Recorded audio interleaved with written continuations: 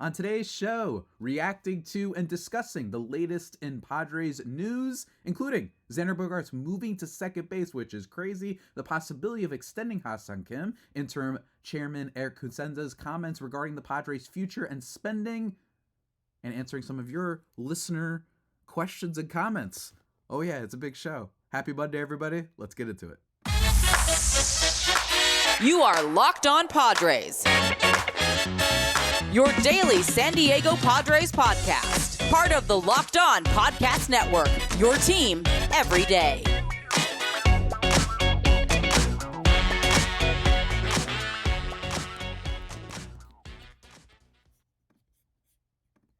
Greetings, ladies and gentlemen, and welcome to another edition of Locked On Padres podcast, which is part of the Locked On Podcast Network, your team every day for Monday, February 19th.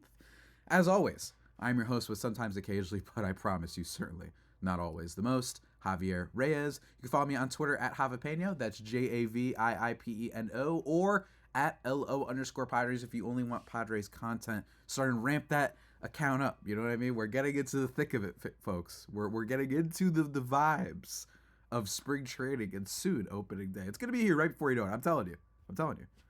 Mark my words. And also, Locked On Padres on YouTube to see my radiant hair that is as poofy as ever. Don't worry, the haircut's coming soon as I stop being lazy.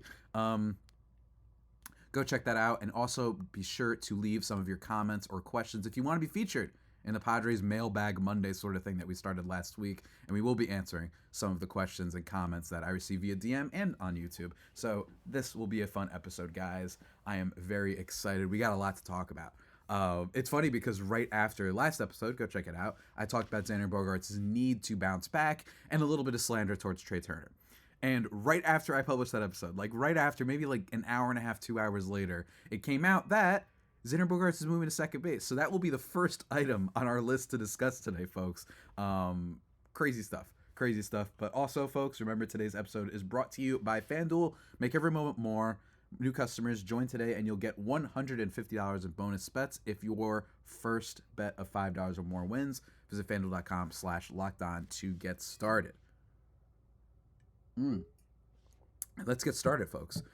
It's not like a news bomb on the level of this isn't like an atomic bomb of news, but it was even still pretty big. And that is the announcement that Xander Bogaerts is going to be moving to second base. Via Dennis Lin of The Athletic, Xander Bogaerts, the shortstop the San Diego Padres signed last offseason to an 11-year, $280 million contract, will play second base this year. Manager Mike Shildt said Friday. Ha-Seong Kim will return from second base to shortstop, the position the utility Gold Glove Award winner primarily and impressively played in 2022. Another thing that this article gets into is that it highlights that Xander Bogaerts is all in, which is really, really cool, and it's a really big deal for him. He basically said, how about instead of us doing this thing where eventually I'll change positions, how about we just get that started now? There was a little bit of a nod at the end of the article mentioning how, maybe he should have been told earlier in the spring, maybe earlier in the offseason, that he should take more grounders at second base and prepare himself for that rather than starting a little bit now. But hey, better late than never. And this good attitude, I will say, it's also a lot easier to have a good attitude, let's just be honest, after you just got paid a bag, that 11-year contract. So I don't think that this is necessarily some super altruistic thing, but it may still help the Padres because Xander Bogaerts, I will say, is not as talented a defensive player as Ha-Seong Kim is. Ha-Seong Kim at shortstop was, if not for, I believe it was Dansby Swanson, who's the best glove at short outside Francisco Lindor in the National League. Ha-Seong Kim probably would have won the Gold Glove that year at shortstop, and he might have 2 right now. So that's really great. Kim can play all over the place, though. That's what's so great about him is his defense is genuinely a thing to behold. As someone who's seen it in person a couple times, it really is amazing. So moving him there, and Bogaerts is at worst slightly below average, right? If you look at defensive runs saved last year, he was in the negative, but in outs above average and showing off the range, he was actually pretty solid there. But I think he could still be effective at second base. I do. To me, this story though is more about just, I like that they're making a change of some sort. I think that's cool. I think it's always cool when a team that struggles like they did last year, you bring in a new manager like Mike Shildt, and they're saying, let's get this on. we think he could be good at second base. And maybe even, what if Xander Bogaerts is a better second baseman than shortstop? Heck, we just had this last year with Fernando Tatis Jr., where he moved from shortstop, a position that I wasn't as down on everybody else talking about it as others, but it certainly needed some work.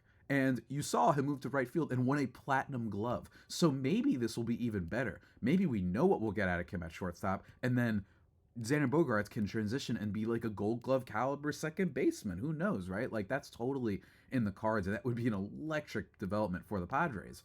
It's really exciting. I do, however, do not think that this fixes the overall problem. And the overall problem, which I've been obnoxiously pestering everyone who listens to this show about for a few weeks now, is that my thing about Ha-Seong Kim isn't that I wanted him at short. My thing about Xander Bogaerts is that I didn't want him off short. That's not my thing. My thing is we still have the Jake Cronenworth issue.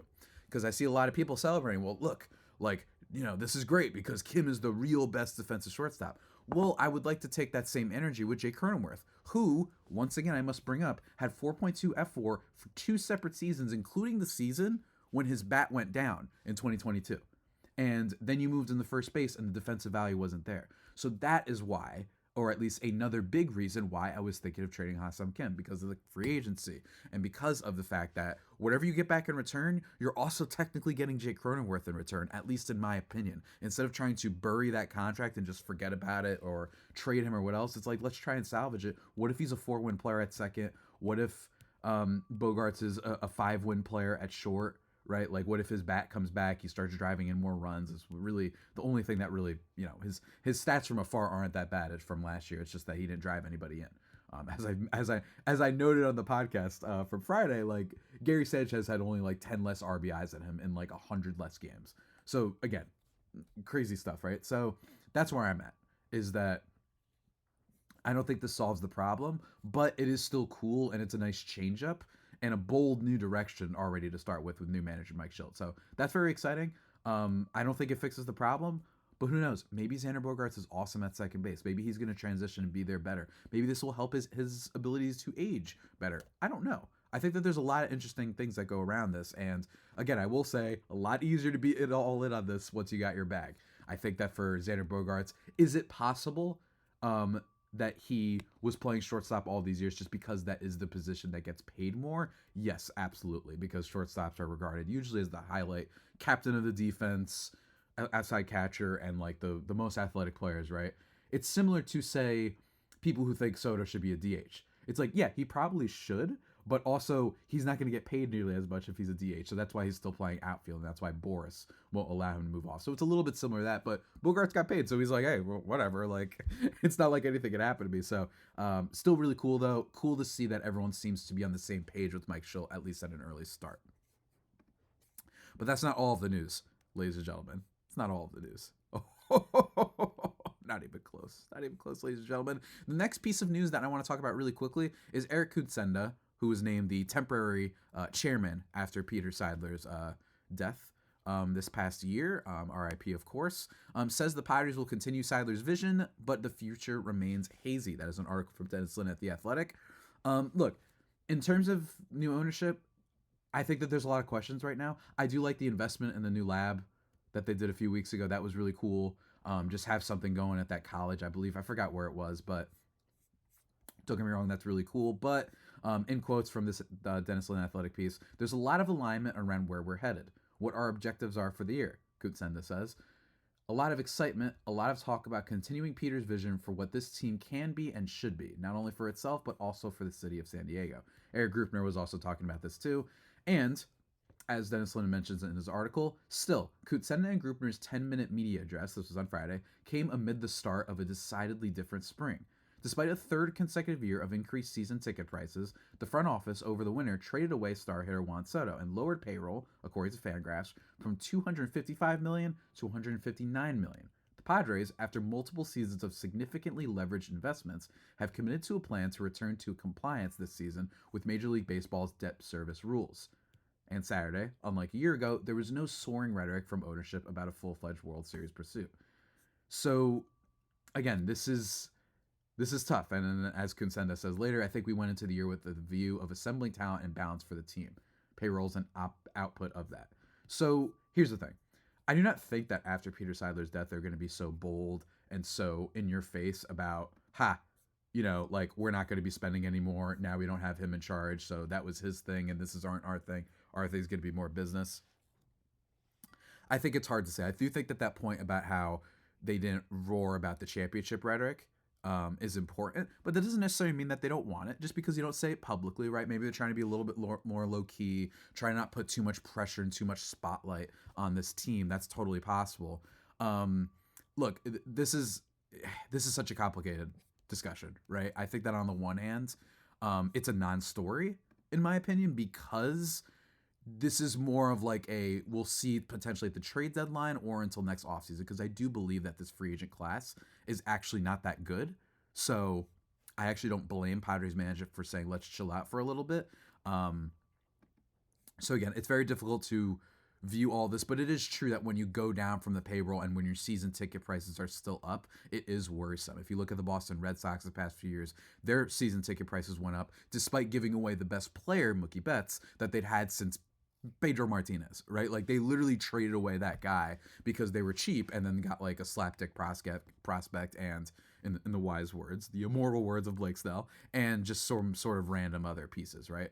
Most of which aren't on the team anymore. I don't think any of the pieces they got back now from the Mookie Betts trade are on the team anymore. So you look at that and there's reason to be suspect. In my opinion, though, you have to wait just a little bit. And I am wondering, because I've said before, well, they kind of can't not pay if they don't want to, because you have Bogaerts, Darvish, Musgrove, Cronenworth, Tatis, Manny, all these guys being paid that it's like, well, they're going to be in at least top 15 of payroll, at least for the foreseeable future, just because of those contracts. So it'd be kind of weird not to. But then again, maybe they're going to take that as a reason to be like, okay, well, there's your money.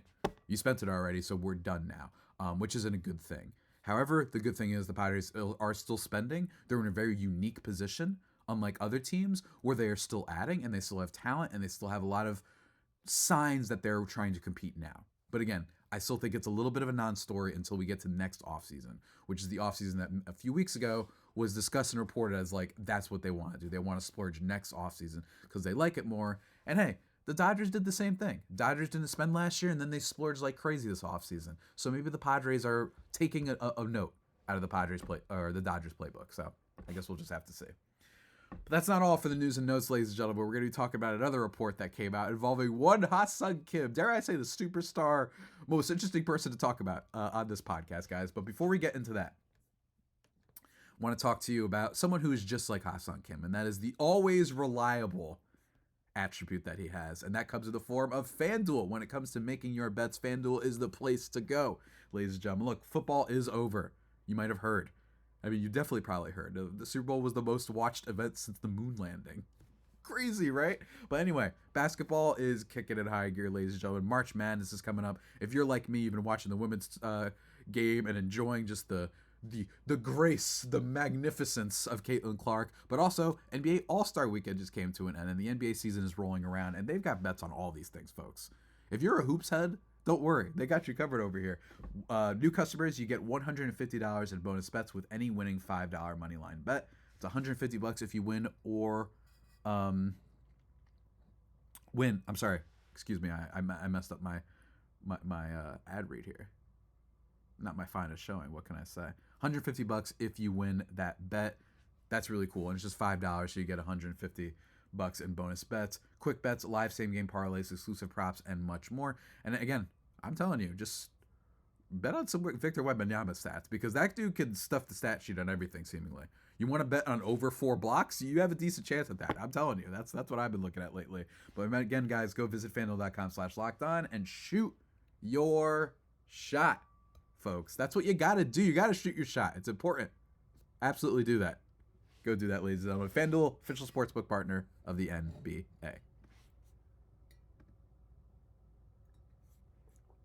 We are back, ladies and gentlemen, here on the Locked On Padres podcast, talking about some of the news and notes over the last week. And honestly, those first 2 stories were big. But another one, ladies and gentlemen, and I got a lot to talk about on this one. So let's get into it. This coming from Kevin Acey, a report by him. Then again, the team plans to try, I'm just quoting one part from the article. Then again, the team plans to try to re-sign Ha-Seong Kim and make him their permanent shortstop. Ooh, where do I start? First of all, I want to once again say I love Ha-Seong Kim. He's one of my favorite players on this team, and if you need proof, literally go look at some of my articles over at justbaseball.com, place that I contribute to and where you can find some of my baseball-related work.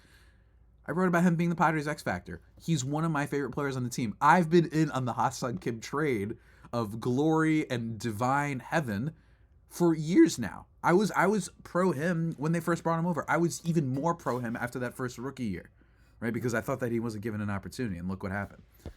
My issue here with this news is that, in my opinion, and it's actually funny that there were some comments, if you read at The Athletic, defending AJ Preller in the comments of the chairman piece, kind of defending him and talking about like, well, it wasn't his fault that the team, couldn't win one-run games. And it's like, okay. This is why I was on board with the idea of leaving Preller, or at least I should say dismissing Preller, moving on, whatever the terminology you prefer. Because this just shows me that there just is not a foresight into beyond the what's right in front of you. Because if you had Ha-Seong Kim, who had a really good season after 2022, and your reaction is to sign Xander Bogaerts when you already have him that could be your shortstop, and then you move Tatis to right field, and then you also extend Cronenworth, and now you also want to extend Ha-Seong Kim, this just shows me that you're kind of just taking whatever's right in front of you, and there's some good value to that. Do not get me wrong. Sometimes you don't want to be the ever planner who just kicks the can down the road and never splurges at least a little bit and makes an investment in some good players. I get that. But at the same time, it's like you moved off of Bogaerts after 1 year. I'm not saying Preller did. I'm saying like the Padres, whoever made the decision. And now Ha-Seong Kim is a shortstop. Why did you extend Cronenworth? Why, if you were really comfortable and liked Ha-Seong Kim so much, did you sign Xander Bogaerts to an 11-year deal when you could have just waited and extended Ha-Seong Kim for probably a lot less and for less years? That's just how it would have panned out. And by the way, it should. Xander Bogaerts has been like a 4-win player almost every year of his career for like 7 years lately. So that's why he costs so much, right? It just shows me and reminds me that Preller is not thinking enough about the future. I would not want this to happen. Only because I just don't like that too much of the team is extended and that you don't have enough younger players in salary to balance that out, or at least proven young players. I would wait a little bit on this. You know what I mean? That's what I would do. I would wait. And don't get me wrong, I love Ha-Seong Kim, but I've said it before, out of the 3 options of extend Cronenworth, extend Kim, or do neither, I would do neither. Right? That would be one of my things, because I just don't think that I want to extend utility players right now because of all the money you have tied up in Manny, Bogaerts, and Tatis. Now, if you didn't have Bogaerts and you didn't extend Cronenworth, yeah, we can talk about extending Ha-Seong Kim. And then you would have Cronenworth, who, even if he continues to struggle, it's like, well, he's not hurting us because he's still got a couple arbitration years left. Maybe we could trade him. I actually think he would have great value if he wasn't extended right now. Genuinely. I really do. I think Cronenworth would have like some really interesting value right now. But that's not what happened. So as a result, my thing is just, we talked about this all off season, and we're doing the same thing over and over again. And that's just spending big on all these players that come into our laps that we're excited about, and then not thinking about the future implications and not thinking about the lack of roster flexibility that this team has. It would feel really good if, say, you didn't have all these long-term deals that make it a lot harder for you to extend people and or sign free agents and or just get middle-tier free agents. So that's my issue with this news. And I really do think that it shows that they're like, oh, wow, he really is good. I guess extend him too. And it's like, well, why didn't you leave open the possibility that he could be great? And instead of shelling out that money for Xander or Cronenworth, you said, let's wait a little bit, and then you can try extending him after last year. And then I bet you if they did, we'd be a lot more excited to be like, okay, cool. So it's Tatis and Manny and Kim. I just think that you can't just keep extending guys. You know what I mean? Look around baseball. That's not really how teams win. They have some middle tier contracts in there. Not everybody for long term and for a large swath of money, right? And for a team that hasn't won more than 89 games since AJ Preller took over, this is just like just a greater example of what I'm talking about with why I'm upset with Prellers. I just don't think that there's any vision here.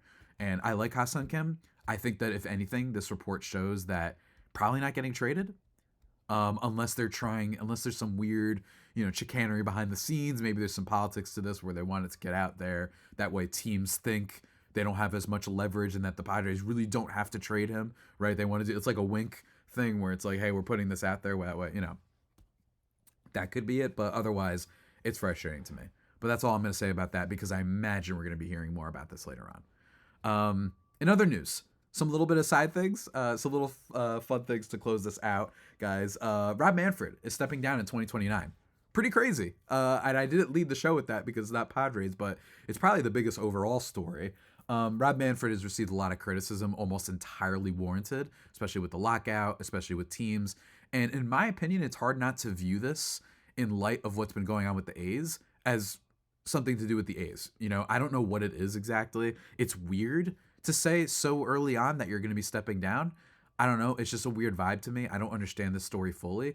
But just to harp on the A's thing, I do think it says a lot that the A's might not even be moving to Oakland, and they basically just spit in the face of their fan base for 25 years and then took a dump on them last year. And now it's like the mayor of Vegas is like, no, like, go find us some money then first. This is a guy who has never proven that he's going to spend money. So why would you bring in a baseball team that, first of all, is a baseball team? Let's just be honest, guys. It's a baseball team. It doesn't have the same reach necessarily and isn't the same as a basketball team or especially a football team. And also, they're a 60-win team that got no return for all the stuff that they dumped a few years ago in the fire sale. No return. They have no prospect, guys. Trust me. Nothing. There's nothing there. So in a sport that takes a long time to rebuild, I wonder if people are just looking at this like, why would we take this team? This is a 60-win team at most, and it's not going to be any better for like 4 to 5 years. So I'm actually wondering how this is going, and I'm wondering if maybe that has anything to do with Manfred, where owners are looking at this like, how did you let this happen? It's an embarrassment for the sport. How do you not figure this out beforehand? You know what I mean? Before making a move and before taking that like just marching band of stepping on, everyone in that band stepping on the Oakland A's fan base. Which again, I remind you, whenever people talk about it, whenever you hear baseball and news and reporters mainstream wise talk about this stuff, remember the A's fan base, it dissipated, it slowly atrophied because the ownership was toxic and it actively never spent money. The Moneyball A's, they're great. You know what would have been great if you spent a little bit more, because their top 3 pitchers were like, Blake Snell's Cy Young season, but like there was 3 of them, So all you had to do was spend a little bit of money and they probably would have won the World Series. So even when they've been good, ownership has actively destroyed them. And that's why the fan base has atrophied, like I said. So again, that's what I'm looking at for that. Really interesting stuff. But as we'll see. We'll see, ladies and gentlemen. And now we have one more segment that we're getting into, and that is your questions. Folks, I love answering your questions. It's a lot of fun. It makes me happy. It makes me happy knowing that people care about what I say. Some of your comments. And I will be reading, by the way, the mean ones. There's no mean ones today, but hey, if you leave something mean, I will expose you on this here podcast, guys. But before we get into that, I want to take one more second to talk about another sponsor for our episode today, and that is eBay. What do you need to win it all, man? You need passion. You need drive. And you need patience. AJ Preller should learn something about that last one. What brings home the winning trophy is also what keeps your ride or die vehicle alive, ladies and gentlemen. eBay Motors has everything you need to maintain your vehicle and level it up to peak performance, from superchargers, roof racks, exhaust kits, LED headlights, and more. Whether you're into speed, power, or style, eBay Motors has got you covered. It's really great. With over 122 million parts for your number one ride or die, you'll always find exactly what you're looking for. And with eBay's guaranteed fit, your part, get this, is guaranteed to fit. See what they did there? Guaranteed to fit your ride every time or your money back. Really cool stuff. They have like this blue, like a check mark system that'll show you if it works for your vehicle. So don't worry about like being like, yeah, I think it's the XC2OZ calculator, wrench. I don't know car parts that well, but like Don't worry, they got you covered on that part too. You're not going to be buying stuff that doesn't actually fit your vehicle. They help you out with that as well, with all the parts you need at the prices you want. It's easy to turn your car into the MVP car that drives you home after the World Series when the Padres are lifting the trophy, because you're going to have to go home at some point, right? After you're done partying, well, you're going to have to drive home, and you're going to have eBay Motors to thank for that sweet ride that you're rocking as you're relishing in the Friar Faithful extravaganza. Anyway, guys, seriously, though, keep your ride or die alive at ebaymotors.com. Eligible items only. Exclusions do apply. eBay guaranteed fit. Only available to U.S. customers. Even still, go check that out.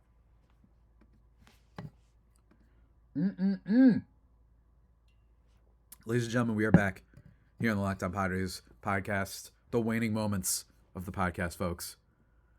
Let's keep it going. Really quickly, I want to mention, I actually put this down in my notes beforehand. Kerry Miller of Bleacher Report put out an article just talking about the deals that could become the worst contracts in baseball, or just the deals that are the worst contracts in baseball. And Xander Bogaerts was on that. And I just want to reiterate once again. Now, Trey Turner was on that article too, but he wasn't viewed nearly as poorly. And I'm like, look, this article also had Tatis as an honorable mention, so take it all with a grain of salt. Albeit, he did make a good point about how backloaded Tatis's contract is. But I'm just saying, don't take all this hatred against Xander Bogaerts too personally. I know that a lot of Padres fans aren't fully in on the guy after last year, but even still, don't worry about all that. Let's get into listener questions, folks. And let's start with a little bit of fun one that I actually answered already in the comments of the YouTube post, but I wanted to bring it up anyway because I think it was a nice question. From @Tina Greenwood 4510. Sorry to bring up a possibly stupid, and in parentheses, old question, but I am a relatively new-ish Padres fan. Welcome. And wishing you all the luck, because it can be tough out here sometimes. And never heard the answer, so here goes. Can you tell me what happened with Jorge Alfaro? Again, not totally up on the numbers game of MLB, so bear with me, please. He seemed to come in clutch in 2022. In parentheses, 2 games I attended, he was amazing. And then, gone. Picked up by the Red Sox for like 5 minutes and gone. Was it his skills? Was it something else in the Padres clubhouse? Sorry for my ignorance. Love the podcast. Learning a lot. Can't wait for the 2024 season. Thanks, Javier, LFGSD, with the like heart, hands, and then a couple other emojis that my computer didn't pick up, including a square, probably a brown square, because Padres colors in the baseball. Fun question. Thank you, Tina, for pointing that out. We love Jorge Alfaro, first of all, on this podcast. You are not alone. You are with friends. You are with family. We all love him. Basically, to sum it up, he's one of the least disciplined super athletes that the sport has seen in a while. Like, this guy's huge. He's super strong, and he's very, very fast. This is a guy that I believe 1 year actually stole like 15 bases, if I'm not mistaken, which is pretty insane for a catcher. I'm going to look that up real quick, but let me see here how many bases he stole. Okay, so he only stole 8 bases, really? With the Marlins that one good year? That's odd. Well, he is fast. That's all I know, is he is a very fast player. He's a really good athlete, but he's one of the most undisciplined. If you look at his strikeout rates every year, this is a guy, 47.1% his rookie year, whatever, that doesn't count. His lifetime average is 34%, and he's only got a 4.2% walk rate, so that's a problem. His defense wasn't good enough, and then most importantly, when I talk about strikeouts, there is no player in the history of Major League Baseball with a higher swinging strike rate, i.e., he swings at everything. And if you watched him that year, he swung at everything. However, you are also not wrong. He was super clutch. And this is what's fun about baseball, which is why he's going to be such a beloved Padre. He became the first Padres player ever with 4 walk-off RBIs in a single season. That's right. Not Tony Gwynn, not Steve Finley, not Ken Caminiti. For some reason, this guy had a randomly just abnormal and probably fluky clutch season. And that was what was so fun about him, right? Like, that's why he's going to be so beloved. He had a 122 WRC plus that year in high leverage situations. Like, look, these things can happen sometimes, which is why I keep in mind, guys, like, you can trip upon players like this that just have that one good sort of role for you. And not to mention, they still had some other catcher, things. They brought it, they had Austin Nola at points. Like, it was a 2-catcher thing. But that would be basically my way of explaining it, is he just had an abnormally clutch year. And it wasn't going to happen again. I mean, he hit the walk-off home run against his former team, and his former team threw him the one pitch you shouldn't be throwing him, which was like a hanging, I don't even know if it was a breaking ball. I can't even remember what he was throwing.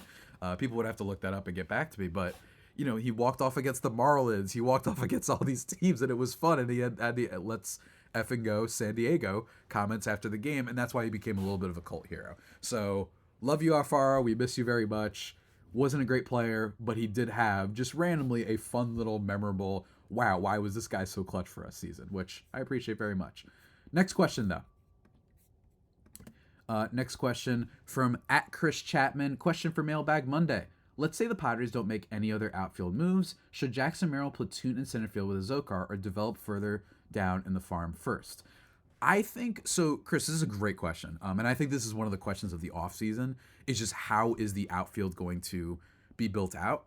I say if they don't make another addition, I think that's probably what's likely. I think that might be what's determining whether they sign someone. Frankly, unless they get like a Michael A. Taylor on a 1 year, let's say $6 million deal, which wouldn't be too bad by the way, because again, it's just 1 year, and he's a really good defensive player. Although I prefer Adam Duvall personally. I think that it could be an interesting platoon. Azocar is actually pretty talented defensively. He's very fast. He has good range. He gets to the ball. He tracks it well. He has a decent arm too. He just can't hit. He's never going to get you more than like a single. But he's got some genuine defensive upside, and it's one of the reasons why I thought he should actually, I was campaigning for him to get more at-bats, just because if this guy can be just as talented defensively as Trent Grisham, let's just try out someone who isn't Trent Grisham for once. And of course they didn't, because they really stuck with their with their guns last year. They didn't really change a lot in their lineup very often, which I thought might have been a mistake. They just, in fairness, they were like, well, these are superstars. Like, we know who these guys are, so why are we going to tinker with it and overreact? But I do like, if the Bogaerts thing is any sign, that this team is going to try out different combinations and whatnot. I think that would make sense. I wouldn't worry too much about the reps necessarily, but I think that Merrill, it's not just about him, this question. It could also be Grant Pauly. It could also be Jacob Marcy. They have Jerickson Profar now. He could play left, although he fits more as a fourth outfielder on this team. So that's what I would say. Number one, yes, I could see a platoon, and I think Azocar would be a fine guy to have as your other guy, but it all depends on what happens in the spring training, whether or not he makes the roster. And maybe it's Marcy, right? If it means that you bring up him at center field, if you bring up Pauly at center field for some reason, then maybe Merrill goes down and he gets more reps in the minor league. So it all depends on spring. This is why I'm so excited about the spring, frankly, because I think there's all these sort of questions and storylines going forward. But I don't mind that as a platoon, because I think that it would give you defensive upside in Azocar and offensive upside in Merrill. At least until he figures out the position a little bit better, and there's not too much pressure because you have an Azocar-like player to potentially put out there. And frankly, that's just all they have. So it's not like they have any other options if they don't sign out of their outfield. But thank you so much, sir, for the question. Appreciate you listening. And I hope I sufficiently answered the question and whatnot. This one I just got this morning from @NicoP195. Basically just to reiterate my bit, get back on my soapbox. I would rather re-sign Kim. When I look at it, who can we get that's more valuable than Kim? Now, if you're talking about Soto return, okay. So if you're referring to like if we get a Soto-like return for Ha-Seong Kim, first of all, that's not going to happen. But you could still get a lot for him. He's highly coveted. And again, I'm not totally sure that this report about them wanting to extend him isn't them saying, hey, yeah, teams, you have to come to us because we are totally fine with extending this guy. We don't have to trade him, right? Which is a leverage thing. I would say though, I've said this before, ostensibly you could be getting Jake Cronenworth in the trade in a way. Again, I must reiterate, Jake Cronenworth, outside of last year, was a 4-win player 2 years in a row, including the year when his bat went down. He is a very talented defensive player too. 4.2 F4 in 2021 and 2022, 1.6 in just 54 games in 2020, and then he goes offensively, he loses a step, and he's struggling with the new position. I just don't think that that's a coincidence. I really don't, and I think that getting him back essentially as a return could be really cool. 2 defensive runs saved at second base last year, and 4 outs above average, and 1 defensive run saved and 1 out above average last year in the limited time that he did play at second base. So I'm just throwing it out there like he's a capable defender and even a really good one at times. I actually like him at first base too, but I think you could get more production, and that's just where he's more comfortable. So I think that's a big part of it. And I brought up Lamont Wade before as just an idea of what the team should be looking for, because Lamont Wade can play outfield and he could play first base. So that would give you DH options. That would give you more roster flexibility, more lineup flexibility. and maybe you get some Giants prospects in return for a guy who is entering free agency next year. Lamont Wade, you would have in control for another year, and like I said with Cronenworth, gives you an ability to potentially salvage that contract. So that's where I am on it. I'm not going to be mad if they extend Kim. I just think that it shows, once again, we're in the same area. Like, let's wait a little bit. Let's be patient and not just snag everything that looks shiny and bright right in front of us. Because, just to give you an example, everyone was yelling about me online, actually, a little bit too, and on this podcast, that they were like, well, they need to sign Castellanos. And what did they do? They waited, boom, Juan Soto's available. Things happen. Things are fluid. Things are constantly changing in baseball. Keep that in mind. And you don't even necessarily know yet. You can't project everything. What if all of a sudden, Mike Trout's available? You know what I mean? Like, I'm just saying, like, these things change. And Mike Trout's getting paid a lot too, so that doesn't fully fit my argument. But even still, you catch my drift. Last comment from my longtime listener, longtime Twitter friend, whose name I have still not mastered, so he simply told me to refer to him as his Australian friend. Shouts to you, sir. You know who you are. Question for you for a future Padres show. If the Padres players became NFL players, where would you put them? Inspired by a photo of Tatis throwing a football. Very cool. I know that photo too. That was good. I think I used that as a tweet one year as like a happy kickoff or something like that. This is a great question. So for right now, here's what I've got. At quarterback, I have Tatis for the aforementioned reasons you just mentioned. Picture of him throwing football. It could have been Musgrove.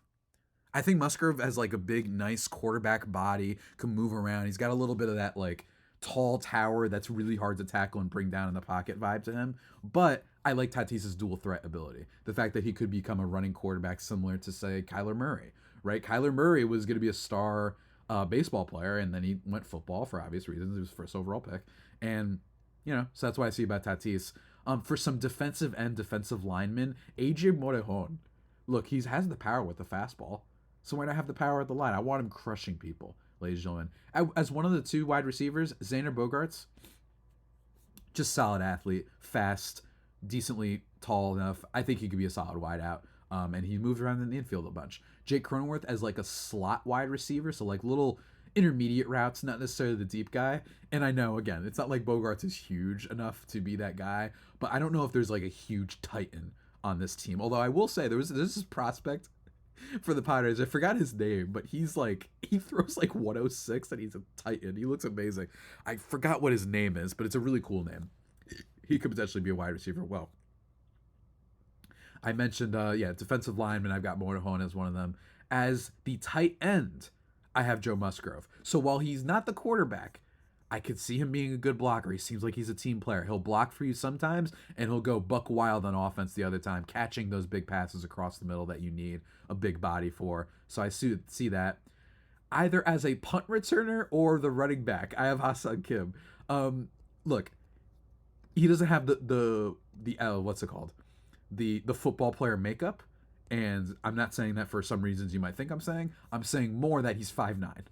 You know what I mean? So it's not necessarily like I see him as the quarterback or that I see him as a receiver or anything like that. But could he be a running back similar to like a Darren Sproles? Google him if you don't know him.